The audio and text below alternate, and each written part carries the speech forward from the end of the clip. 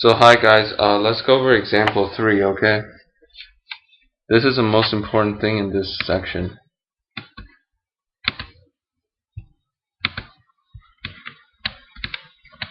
They want you to diagonalize this matrix A, which means that you're trying to find P and D such that this condition is true right here. So what you have to do first is to find the eigenvalues of A. And we know that to find the eigenvalues of A, you take the determinant of A minus lambda I and set that equal to 0. You find the lambdas that make this condition true. Those are your eigenvalues. Okay, you found them. They're lambda equals 1 and lambda equals minus 2. So now they want you to find 3 linearly independent eigenvectors of A. So what do? Well, you know your eigenvalues, right? So you plug them back into this expression right here. I'm only talking about this expression A minus lambda I, and then once you plug the eigenvalue into this expression, you solve the homogeneous equation, okay? If you do that for lambda equals 1, you get this. The answer is this resulting vector right here. Or you get a basis, and the basis has only this vector right here. And if you do that for lambda equals minus 2, you get 2 basis vectors. And based on this, you have 3 linearly independent vectors, and that's good, because theorem 5 says that because A is a 3 by 3 matrix, right? Theorem 5 said that if you do not have 3 linearly independent basis vectors, then it's not going to work. So it's actually really good that we have 3 right here. So you construct P, and let me read to you what theorem 5 says again. In fact, A equals P times D times P inverse, with D a diagonal matrix if and only if the columns of P are n linearly independent eigenvectors of A, okay? So here we found our basis vectors, which is also known as our eigenvectors, because we used our eigenvalues to find them. So if you put them in the columns of a matrix, then they form P, and to construct D, you put the corresponding eigenvalues along the diagonals of an identity matrix, okay?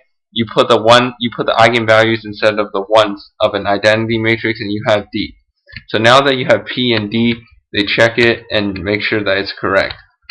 So now we move on to another matrix. We want to see if we can diagonalize this one.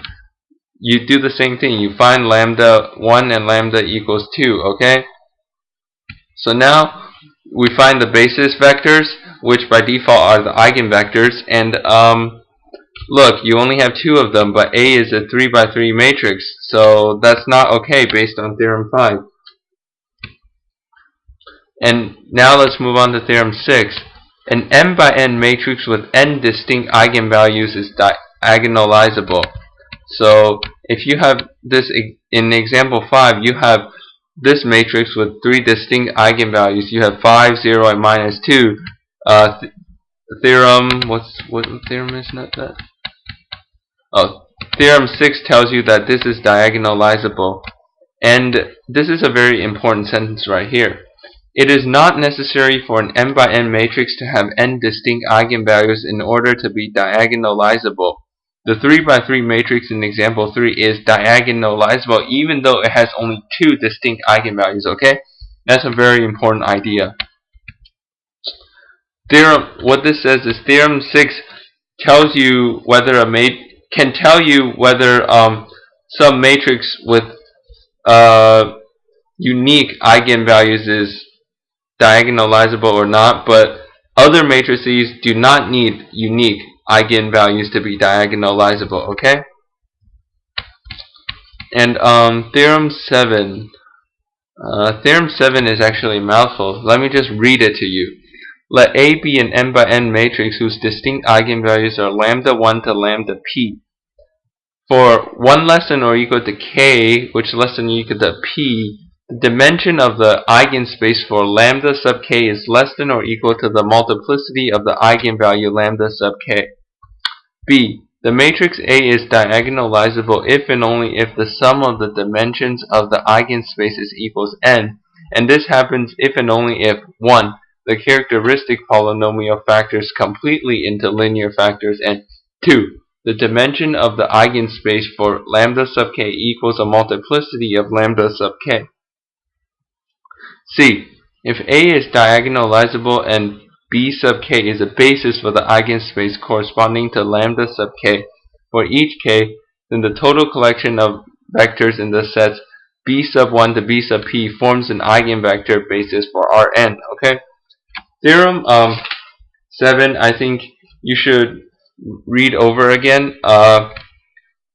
It's actually quite confusing, some of the things. I'm not exactly sure if I interpret some of the things right, so that's why I'm a little afraid to just straight up give you my interpretation, but I suggest that you read it over again, okay?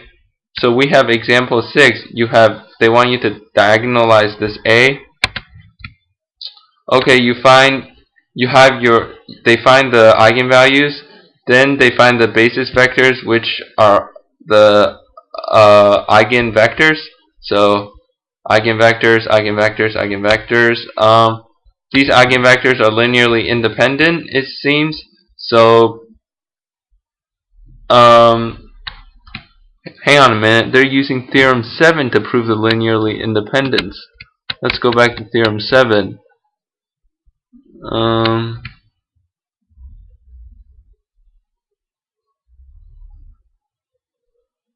If A basis for if A is if and only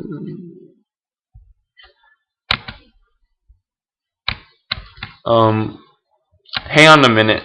I'm not sure what's going on exactly right here, how they're using theorem 7, but because they're linearly independent, you can form P and D from theorem 5. I'm going to read over this, and I'll talk about it more in the next video, okay?